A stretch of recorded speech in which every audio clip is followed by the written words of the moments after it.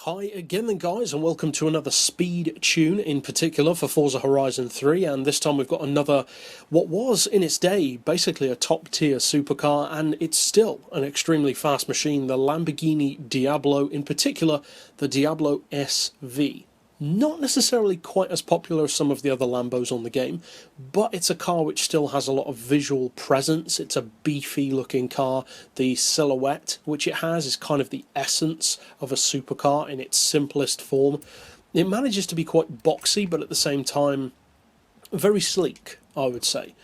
And a variation of the design is my personal favourite car, the Chazetta V16T, which the Diablo is based on that design.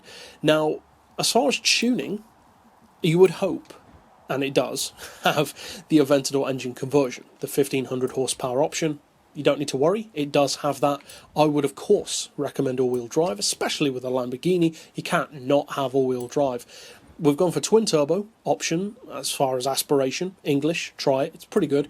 Now, as far as the rest of the car, it's down to you. You can change rims, etc., upgrade the power, lower the weight, all that kind of thing. But as far as the tuning, because you know the drill, everyone knows what to fit to the car, basically just buy the best of everything.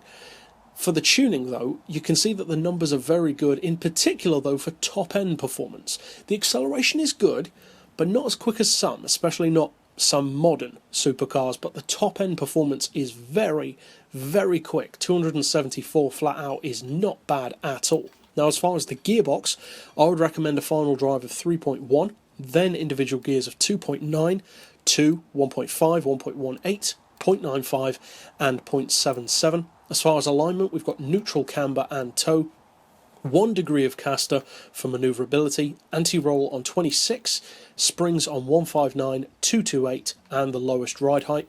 As far as dampers, we've got those on 12, 17, 6 and 8. Aero of course doesn't apply. And as far as the diff, if you've been on the channel before, you know the drill. 100% for acceleration, 0 for deceleration, and for this particular car, a fairly tail-happy split of 80% in favour of the back end. So you get that advantage in particular off the line, and of course off-road as well, but at the same time you can definitely still get the tail out, it's still fun to drive, and you've still got that slightly leery nature which the Diablo is known for. So, now let's take it out on the road. Now, as I mentioned, the launch in particular off the line isn't quite as quick as some other modern cars. It's certainly not Ford GT level or even as quick as some of the other Lambos, but for what is a slightly older supercar now, it's no slouch. You need to be careful of launch in particular. If you keep the car straight, it will handle itself.